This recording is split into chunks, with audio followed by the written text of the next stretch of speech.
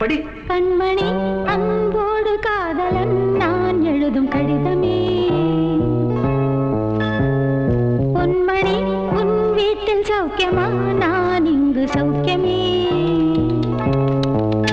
உன்னை எண்ணி பார்க்கையில் கவிதை கொட்டுது, அதை எழுத நினைக்கையில் வார்த்தை முட்டுது.